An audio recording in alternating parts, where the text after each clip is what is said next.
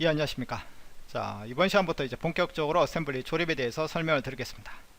그 첫 시간으로 이 어셈블리 조립이라는 게 무엇인지, 그리고 조립을 왜 하느냐, 그리고 어셈블리 조립하는 방법이 어떤 것들이 있는지, 그리고 크레오에서 어셈블리와 관련된 독특한 용어들이 몇 가지 있습니다. 자, 그런 부분에 대해서 미리 이해하시면 앞으로 수업하는 데 도움이 될 것 같아 가지고 따로 정리를 해 드리겠습니다. 자, 어셈블리 조립 생각해 보시죠. 우리가 현실 세계에서 들고 다니는 모든 제품들, 사용하는 모든 제품들은 대부분 조립체라고 보시면 됩니다. 그렇죠? 들고 다니는 스마트폰, 그렇죠? 그리고 뭐 집에서 사용하는 각종 가전제품들 잘 보시면 부품 한 개로 구성되어 있는 경우 있나요? 거의 없죠. 간단한 것들은 몇십 개, 몇백 개, 복잡한 제품 같은 경우는 몇천 개, 자동차 같은 경우는 몇만 개의 부품으로, 2만 개 이상의 부품으로 구성되어 있다는 얘기입니다.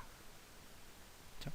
결국은 단품 하나하나 설계하는 것도 중요하지만 그거를 조립해 봐야지만이 실제 제품이 어떻게 만들어지는지를 예측해내고 결국은 또 생산할 수도 있다는 얘기입니다. 자, 하나하나 단품을 설계할 때는 문제가 없었는데 그걸 또 조립해 보면 부품과 부품 사이에 간섭, 충돌이 발생하는지를 측정해 낼 수도 있고, 또 그렇게 조립된 걸 가지고 애니메이션이나 메커니즘을 통해서 움직임을 구현해 볼 수도 있다는 얘기입니다. 결국은 단품 설계도 물론 정확하게 설계하는 것도 중요하지만은 결국은 조립을 해봐야지 어떤 문제가 있는지, 최종적인 제품 생산에 문제가 있는지 없는지를 예측해 낼 수 있기 때문에 반드시 조립 과정은 필요하게 됩니다. 그렇죠? 자, 근데 조립하는데 방법이 있겠죠. 단순한 뭐 10개나 20개 이런 부품 같은 경우에는, 이런 제품 같은 경우에는 그냥 단품 하나씩 가져다 조립하시면 됩니다. 그렇지만 몇백 개, 몇천 개나 되는 부품을 그런 식으로 조립한다 그러면, 그렇죠? 조립하는 당시에는 문제가 없지만 관리상의 문제가 생기겠죠. 자, 자동차를 한번 예로 생각해 보시기 바랍니다. 생산 라인에서 부품을 2만 개나 되는 부품을 하나씩 가져다가 2만 명이 그렇죠? 쭉 일렬로 써가지고 하나씩 조립한다. 그건 말이 안 되는 소리죠. 자, 그럼 어떻게 하면 됩니까?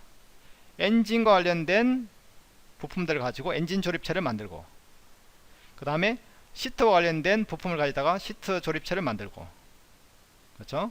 뭐 문짝 관련된 어떤 부품을 가지다가 문짝 조립체를 만들고, 이런 식으로 부분 조립체를 만든 다음에 그걸 가지다가 또 조립체를 만들게 되겠죠. 그렇죠?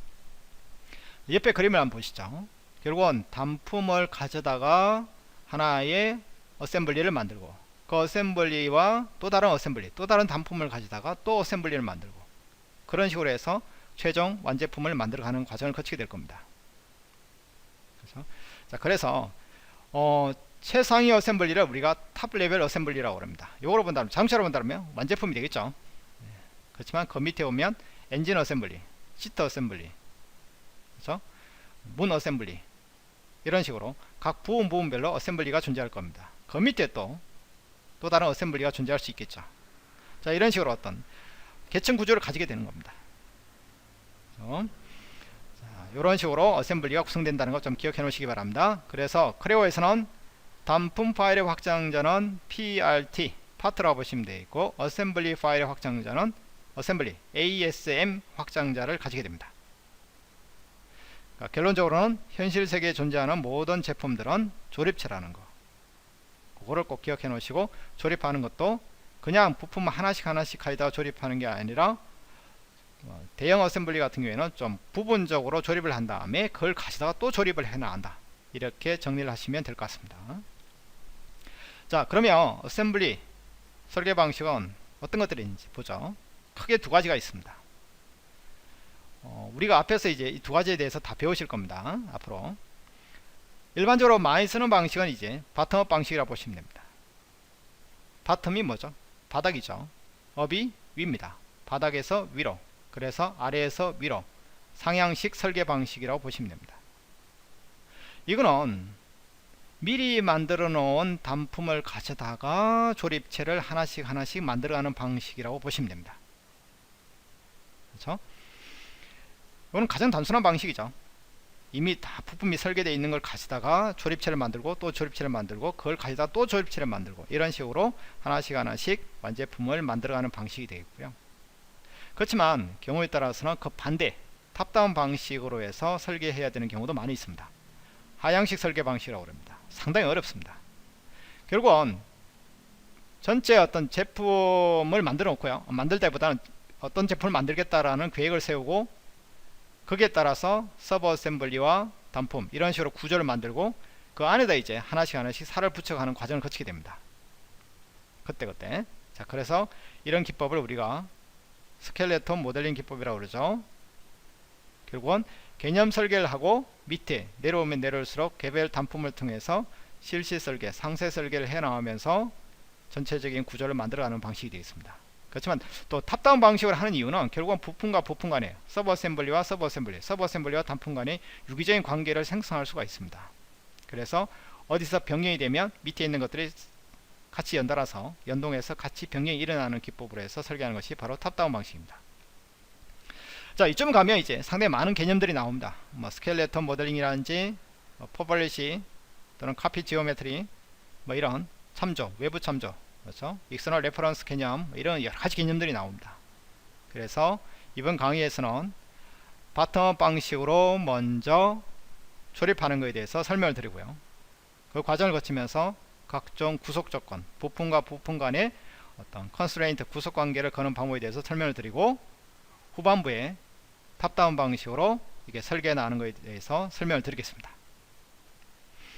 자, 그리고 크레오의 어셈블리 환경은 다른 프로그램에 비해서 좀 독특합니다. 무슨 얘기냐면 대부분의 프로그램들은 조립하는 그 부분하고 구동시키는 부분이 좀 구분이 되어 있는데 크레오 같은 경우는 이게 짬뽕이 되어 있습니다.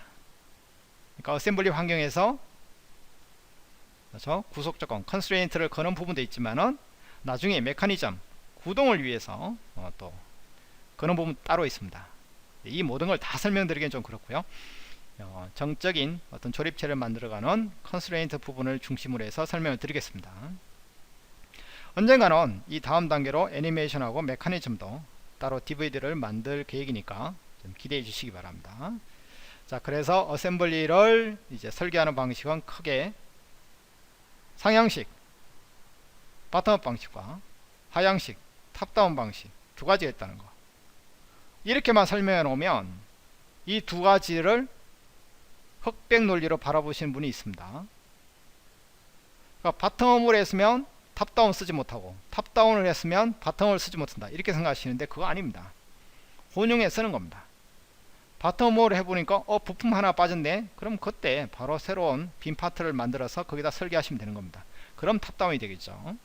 이 두 가지를 혼용해서 5세의 세상은 융합 세상이죠. 그래서 두 가지를 융합해서 여러분이 작업해 나가시면 되겠습니다. 그러니까 일반적으로 단품 설계하는 것보다는 어셈블리 설계하는 것이 훨씬 더 어렵습니다. 단품이야 스케치 잘 그리고 피처 명령을 잘 쓰면 몇 가지 테크닉만 잘 하시면 단품 설계하는 거는 쉽습니다. 이렇게 말하면 또 욕할 사람이 있겠지만은 제가 보기에는 그렇다는 얘기죠. 자, 근데 어셈블리는 어떻습니까? 혼자 사는 게 아니죠. 여러 명이 어울려 살지 않습니까?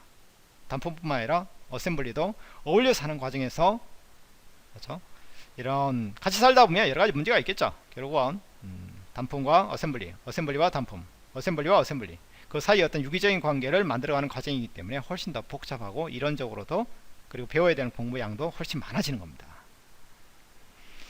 자, 그래서 현장에서는 단품 설계도 물론 중요하지만 이제 여러분 직위가 올라갈수록 이 관리 개념, 어셈블리 개념을 그리고 어떻게 어셈블리와 어셈블리, 부품과 부품 간의 유기적인 관계를 만들어 갈 것인가. 특히 네이밍 있죠. 이름을 어떻게 부여할 것이고 각종 단품과 어셈블리의 그 속성들, 프로퍼티를 어떻게 관리할 것인가. 그래야지 이제 BOM이 정확히 만들어지고 도면이 정확히 생성되고 파일 관리가 쉬워지는 겁니다. 자, 다음으로요. 크레오에서 이제 어셈블리 환경에서 아셔야 되는 몇 가지 용어들에 대해서 한번 살펴보겠습니다. 자, 먼저 바텀업 개념을 한번 보죠. 자, 이런 것들은 이제 하나하나 여러분이 미리 설계해 놓은 단품이 되겠죠.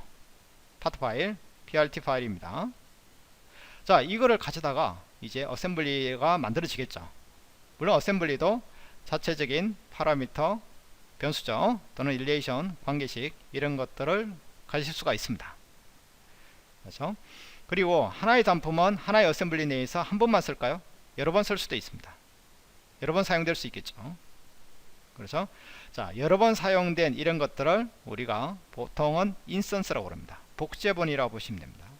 하나의 어셈블리 내에서 같은 하나의 동일 파트가 여러 번 조립된 경우 각각의 파일을 인스턴스라고 보시면 됩니다. 이 어셈블리에서 얘를 사용했다고 해가지고 다른 어셈블리에서 얘를 사용하지 못할까요? 그렇지 않습니다. 그러다가 쓸 수 있는 겁니다. 아시죠? 이런 어셈블리와 또 다른 단품을 가지다가 또 어셈블리를 만들 수 있겠죠. 그렇죠? 그럼 얘 입장에서 본다 그러면 이 안에서 들어있는 어셈블리는 뭐가 된다고요? 서브 어셈블리가 되는 겁니다. 하이 어셈블리라고 합니다. 그렇죠? 얘 입장에서는 얘가 부모 어셈블리겠지만 얘 입장에서는 얘가 자식 어셈블리가 되는 거죠. 결국은 상하 관계를 가지게 되는 겁니다. 그렇죠? 자, 이것도 참 잘 기억해 놓으시기 바랍니다. 한 번 쓰는 게 아니라 여러 번 쓸 수 있고 한 번 쓴 거는 다른 어셈블리에 또 쓸 수 있다는 거.